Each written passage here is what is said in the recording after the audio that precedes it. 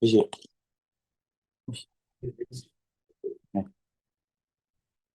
Assalamualaikum warahmatullahi wabarakatuh.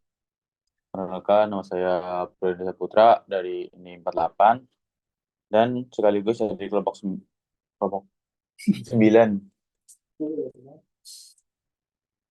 Di sini saya di sini saya ditugaskan untuk mencari permasalahan dari judul simulasi aliran fluida dalam pipa. Dan saya menemukan suatu permasalahan yaitu menganalisis dan mensimulasikan aliran fluida dalam pipa. Menghitung parameter penting seperti kecepatan aliran, tekanan, dan bilangan Reynolds. Menentukan jenis aliran, laminer atau turbulen. Menyajikan hasil simulasi secara visual menggunakan Python dengan NumPy dan Matplotlib. Yang pertama itu pendahuluan. Simulasi aliran fluida dalam pipa merupakan topik penting dalam bidang teknik mesin karena berhubungan langsung dengan efisiensi sistem perpipaan, seperti sistem pendingin, hidrolik, dan transportasi fluida lainnya. Melalui proyek ini, saya sebagai mahasiswa diharapkan mampu memahami konsep dasar aliran fluida dan menerapkan dalam bentuk program komputer menggunakan Python.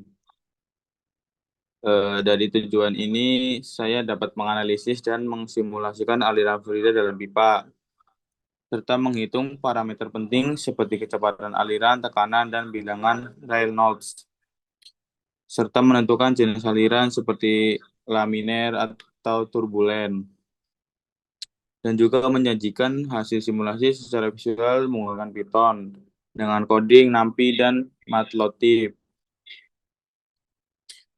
Bisa dilihat ini hasil pemrograman saya. Jelas ya. Ini codingnya bisa dilihat. Ini untuk outputnya. Dan ini hasil dan masukan diameter pipa itu memiliki 100 meter. Terus viskositas fluida itu 50. Dan masuk ke massa jenis fluida itu sekitar 20. Masukan debit aliran 25. Dan ini hasil dari coding tersebut.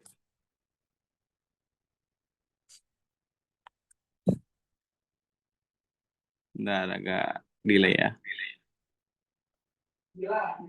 Bisa dilihat ya, ini ya hasil codingnya. Untuk kesimpulan yaitu pola aliran tergantung pada kecepatan dan viskositas fluida.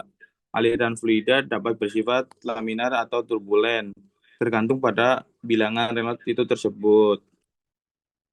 Aliran luminar terjadi pada bilangan Reynolds sekitar bilangan kurang dari 2300. Dan sedangkan aliran turbulen terjadi pada nilai RE yang lebih tinggi. Kedua, distribusi tekanan menurun sepanjang pipa. Tekanan fluida cenderung menurun dari hulu ke hilir. Akibatnya kehilangan tekanan head loss yang disebabkan oleh gesekan antara fluida dan dinding pipa. Ketiga, profil kecepatan mempengaruhi efisiensi aliran dalam aliran luminar.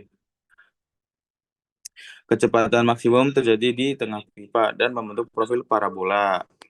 Dalam aliran turbulen, profil kecepatan lebih rata di bagian tengah tetapi fluktuatif. 4. Diameter kekerasan pipa berpengaruh signifikan. Semakin besar diameter pipa, maka semakin kecil hambatan aliran. Serta kekerasan permukaan pipa juga meningkatkan kerugian tekanan. Oleh karena itu, terutama dalam aliran pipa turbulen. 5.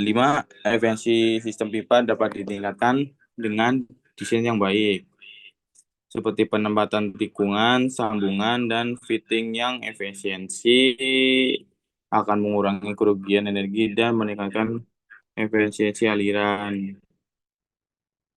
Eh, ini hanya gambaran visual saja ya, ya dilihat baik-baik. Kurang lebihnya begitu. Bila ada kata yang tidak jelas, mohon dimaafkan. Sekian, pamit undur diri. Saya April. Wassalamualaikum warahmatullahi wabarakatuh.